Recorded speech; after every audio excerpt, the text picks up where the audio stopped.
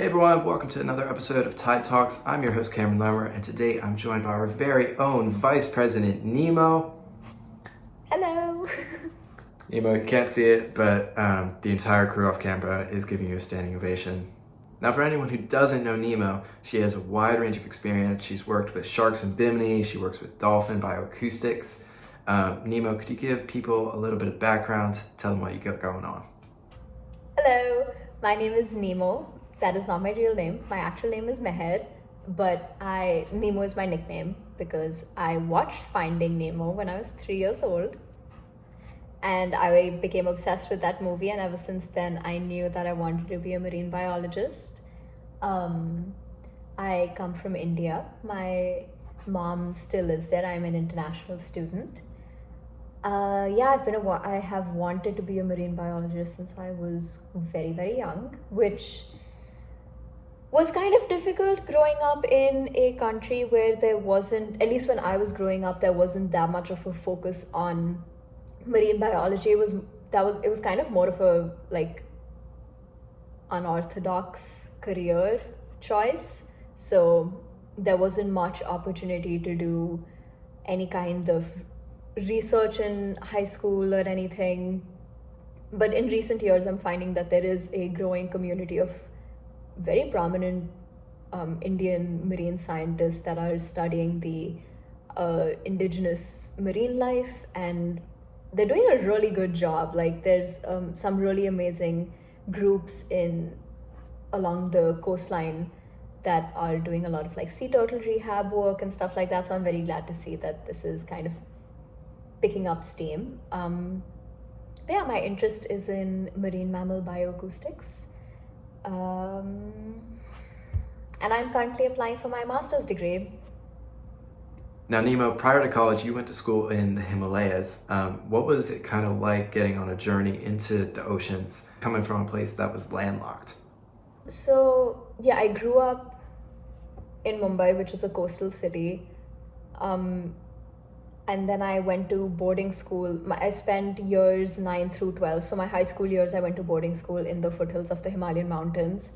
The first time I ever swam in the ocean properly was in my freshman year of college, which was insane because imagine wanting to study the oceans all your life, but the first time you ever actually swim in it, it's you're 19 years old. So that was kind of weird.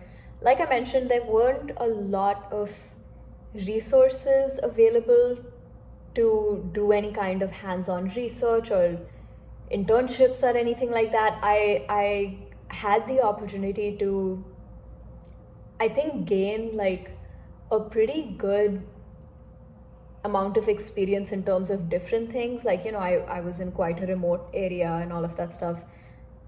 So I gained skills and stuff in different ways, but specifically in terms of marine biology, I wasn't really actually exposed to it in a professional setting until I came to college. But that's what the David Attenborough documentaries were for growing up, because I would always watch David Attenborough documentaries, and I was like, this is the goal, this is what I want to do. So which goes to show you how powerful media is, because that was those documentaries were my lens into what marine biology could be. So yeah.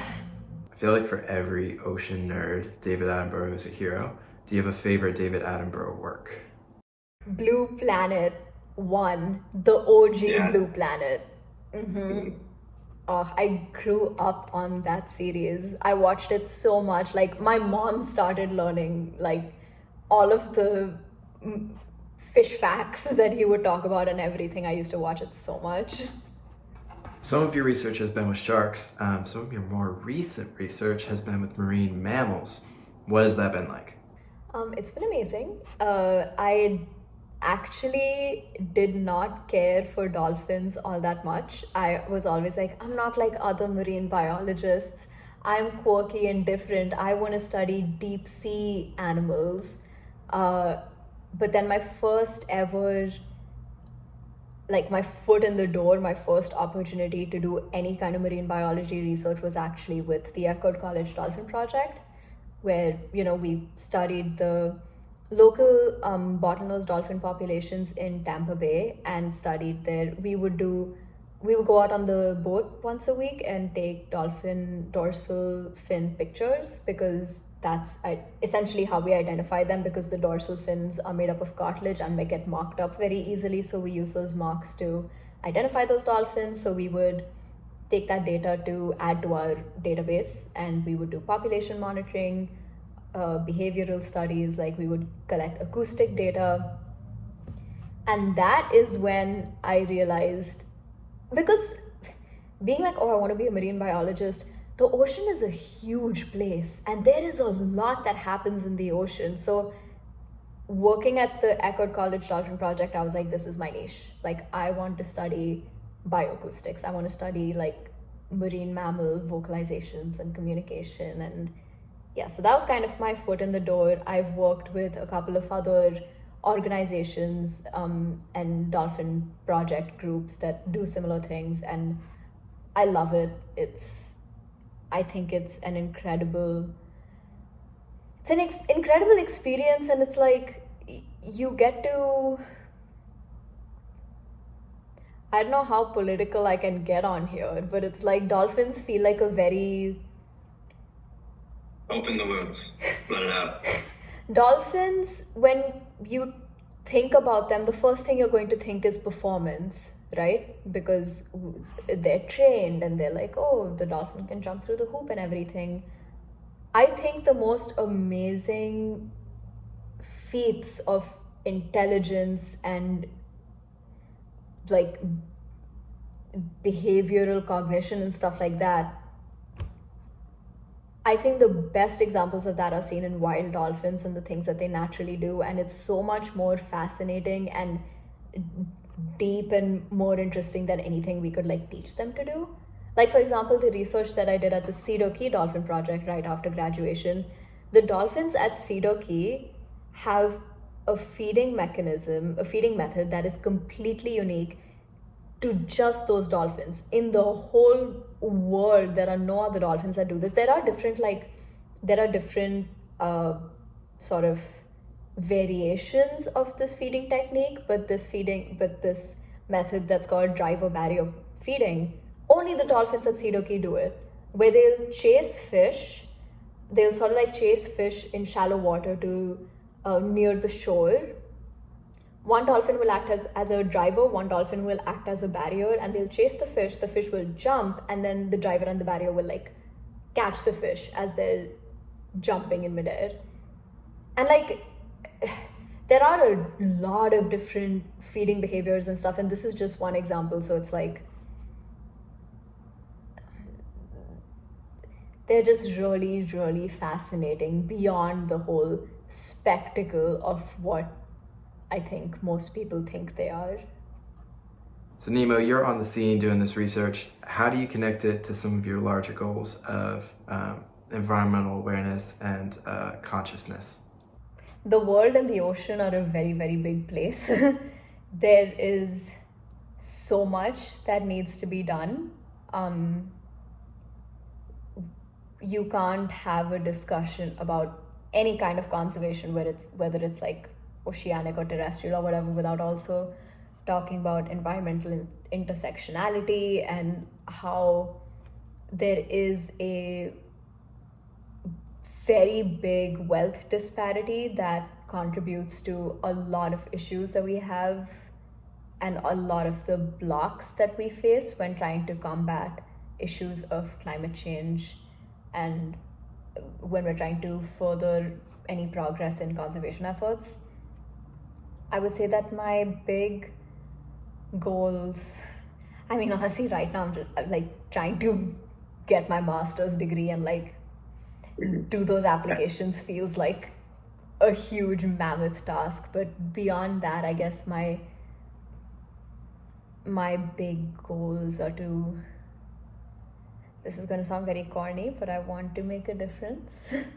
I want to, my specific interest with marine mammals is bioacoustics. Like I mentioned earlier, I'm really interested in how anthropogenic noise pollution is impacting these these animals who rely very heavily on sound to communicate with each other, to hone in on their prey, for in terms of like geographically figuring out where they're going. And in recent years we're seeing like a huge number of ship strikes that with North Atlantic right whales, which are already very endangered, and we're seeing mass strandings and dead whales washing up with like ear bone damage and stuff like that.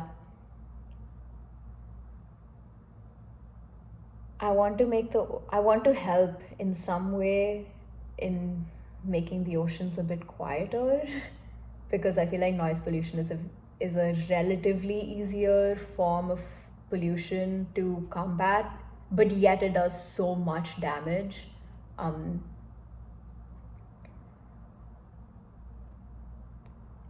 And I think when talking about conservation as a whole, it's like this is gonna get more into like my own my spiritual beliefs, but I think it ties in a lot because I'm Hindu, and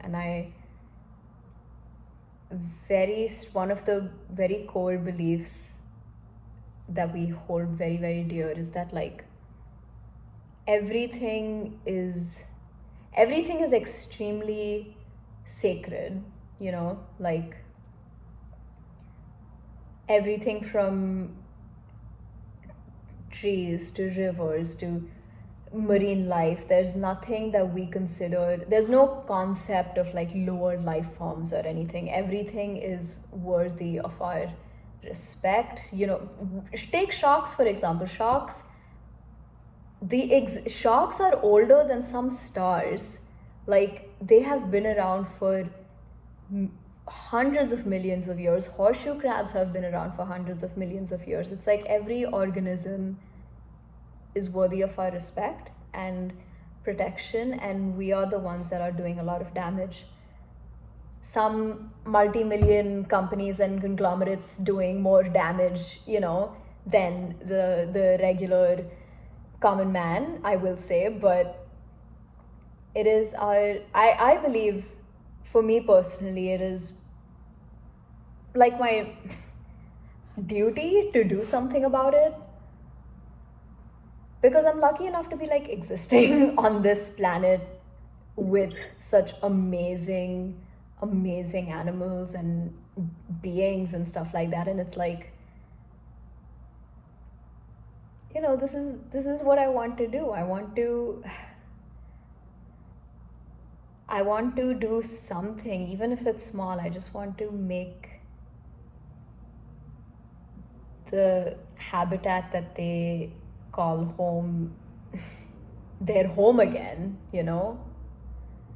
I think that's such a beautiful way to look at things. I think not only is it wise to think of things as being interconnected, but it's also so realistic. I know we've talked so many times about how issues like climate change, for example, are so interconnected with all these other kinds of issues. Plastic pollution is connected to, overproduction and climate change, and obviously the glaciers melting and sea level rise, that's connected to climate change.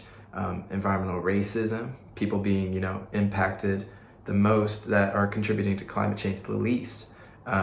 All of that I think is, interconnected. So it's a beautiful way to look at things, because I think it's a more well-rounded foundation that you're taking into account. So with that in mind, I think, a lot of times as younger people, we kind of have to deal with the pressure of dealing with climate change. So as I move into the question that I ask all my guests at the end of the show, I feel like it holds particular weight today because you are the youngest guest I've had on the show. If there's one thing you could leave people with in terms of a message on conservation, what would it be? You are not the apex of evolution. And I don't mean that in a like self-deprecating, like, oh, humans are the problem, and if we were eradicated, then nature would flourish. Like, I think there is something. I think there is a lot to be said about the incredible persistence and ingenuity and like imagination of the human race. I think we are capable of great things just as much as we are capable of the bad. But I feel like we assume that everything tries to be us, that we are the goal of this process that spans like millions of years, you know. That is not the case. We may have advanced very, very quickly in terms of like societal structure, infrastructure, technology, globalization. You know, we've built these castles to the sky and everything. We're a very self-congratulatory species, I think. But I feel like we do need to be a little bit more humble in terms of and like think about what we are lucky enough to share our planet with, you know, from like the smallest organ. Like think about a tardigrade. They can exist in like a vacuum, you know. Like I was saying about horseshoe crabs, 400 million years, 5 mass extinctions, and they're still here. And we could be the ones that like wipe them out in our own like hubris. I'm not gonna go on another rant, but I think one thing that I would say is to sort of come to this awareness that we are not singular. There is no really you and me and that thing that is separate from me and this plant that is just existing. And, you know, there is a universal oneness, and we are connected on every level with everything around us. And any damage that we do to the oceans or to marine life or to the ecosystem around us, it is in a way damage to ourselves. So yeah, I guess that is what I would like to finish off by saying. Of course, we get a bright and well-rounded answer from one of the brightest and most well-rounded people we know. So Nemo, thank you for taking the time to be on the show. We Thank you appreciate so it. much for having me.